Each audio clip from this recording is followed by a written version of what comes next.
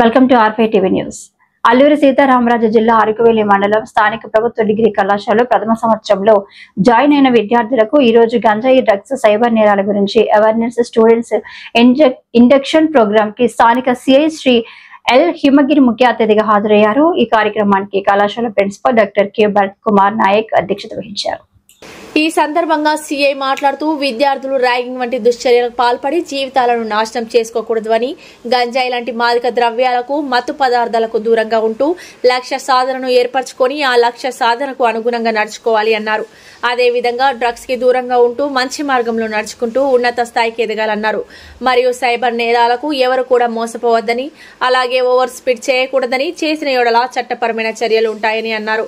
కళాశాల ప్రిన్సిపల్ మాట్లాడుతూ కళాశాలలో ఉన్న ఈగల్ టీం నిరంతరం పర్యవేక్షణ చేస్తుంది కాబట్టి విద్యార్థులు అప్రమత్తంగా ఉంటూ మంచి మార్గంలో నడుచుకోవాలి అన్నారు.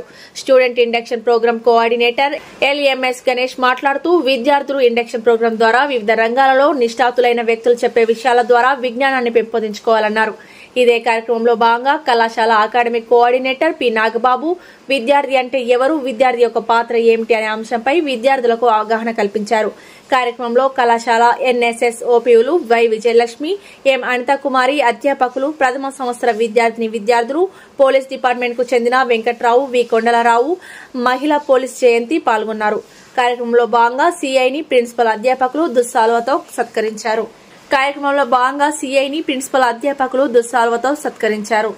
మన స్టూడెంట్స్, యూత్, చిన్న పెద్ద అంతా కలిపి త్రాగడం మొదలుపెట్టారు. ఎక్కడ చూసినా సరే గంజాయి కన్జంప్షన్ అనేది ఎక్కువైపోయింది.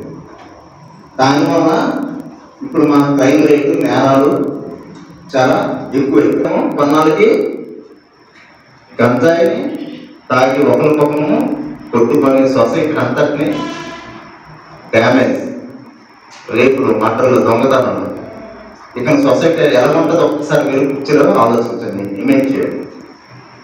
ఇలా దీన్ని వదిలిసినట్లయితే మనము టాప్ని తొలగించాలి. అప్పుడు కొంతమంది పోలీసులు తర్వాత మొత్తం అవేర్నెస్ క్యాంపులు పెట్టి లోకల్ విఆర్ఓ, సివిల్తో వాళ్ళతో, తర్వాత పంచాయతీ వాళ్ళతో క్రాప్ అంతటిని పట్టడం జరిగింది. చాలా తక్కువ, మ్యాక్సిమం క్రాప్ అనేది ఇంకా తగ్గింది. ఇప్పుడు ఏం చేసామంటే ఎవరైతే క్రాప్ పంట పండిస్తున్న వాళ్ళు కూడా కేసులు పెట్టడం జరిగింది. ఫారెస్ట్ ల్యాండ్ అయితే ఫారెస్ట్ వాళ్ళకి ఇవ్వడం జరిగింది. వాళ్ళకి ఇటువంటి ప్రభుత్వ పథకాలు ఏమైనా వచ్చినట్లయితే అవి కలెక్టర్కి లెటర్ పెట్టి ఆపించడం జరిగింది. ఆ క్రాప్ తగ్గిన తర్వాత